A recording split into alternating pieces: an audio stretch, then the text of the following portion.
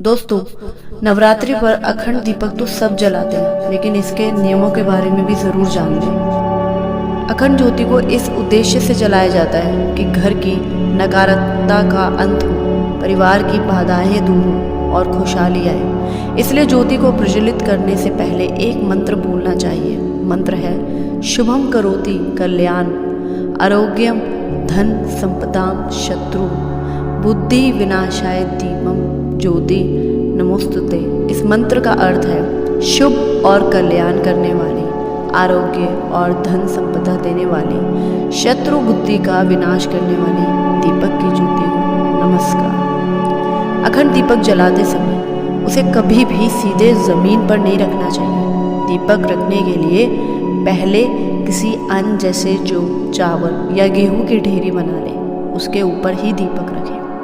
घी से जलाई अखंड ज्योति को दाईं और तेल से जलाई अखंड ज्योति को बाईं ओर रखें। ज्योति को लेकर ध्यान रखें कि ये बुझने ना पाए। इसमें समय से तेल या घी वगैरह डालते रहें। हवा से बचने के लिए अखंड ज्योति को कांच के कोने में रखें। अगर घर में अखंड ज्योति जलाई है तो घर को पूरी तरह से अकेला नहीं छोड़ें, ना ही घर में ताला लगाएं।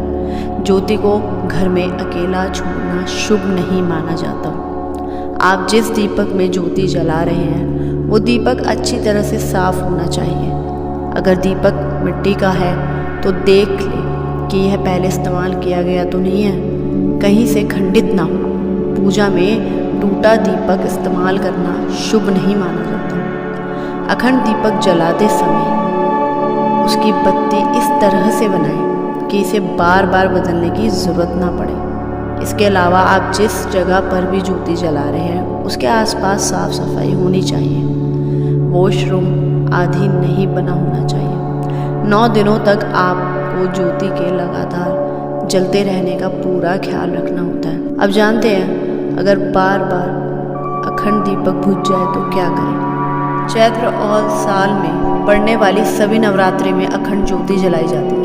अखंड ज्योति का मतलब होता है ऐसी ज्योति जो कि खंडित ना हो। नवरात्रि में अखंड ज्योति जलाने से माता रानी प्रसन्न होती है और उनके आशीर्वाद से घर पर खुशहाली व समृद्धि बनी रहती है और सारी मनोकामनाएं भी पूरी होती हैं। अखंड ज्योति जलाने के कई नियम भी होते हैं और इसे जलाते समय पूरी सावधानी रखनी चाहिए, क्योंकि अखंड ज्योति का बुझना अशुभता का संकेत होता है। अगर अखंड ज्योति बुझ जाए तो सबसे पहले माँ से क्षमा याचना करें। साथ ही अखंड ज्योति के बगल में एक छोटी दीपक भी जलाएं। अगर अखंड ज्योति किसी कारण बुझ जाती है तो इसी दीप से आप अखंड ज्योति को जला सकते हैं। शास्त्रों में अखंड ज्योति जलाने के नियम बताए गए हैं, जिसका पालन ज़रूर करें। अगर किसी कारण ज्योति बुझ गई है तो फिर से बाती डालकर दीपक को ना लगाएं, क्योंकि बुझने के बाद इस ज्योति को खंडित माना जाता है।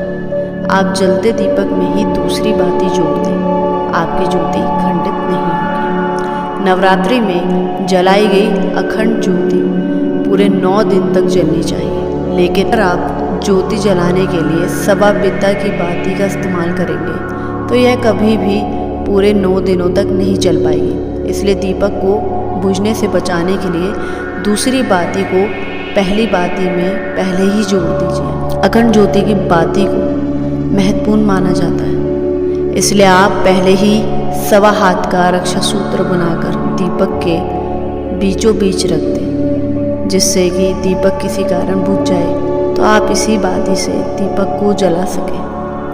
अगर 9 दिन पूरे होने और नवरात्रि खत्म होने के बाद भी दीपक जलता रहे तो इसे फूंक मारकर या किसी भी तरह से खुद नहीं बुझाए, बल्कि दीपक को स्वयं ही बुझने दें। नवरात्रि की आपको बहुत बहुत शुभकामनाएं। माता रानी आपकी सभी मनोकामनाएं पूरी करें। जय माता दी।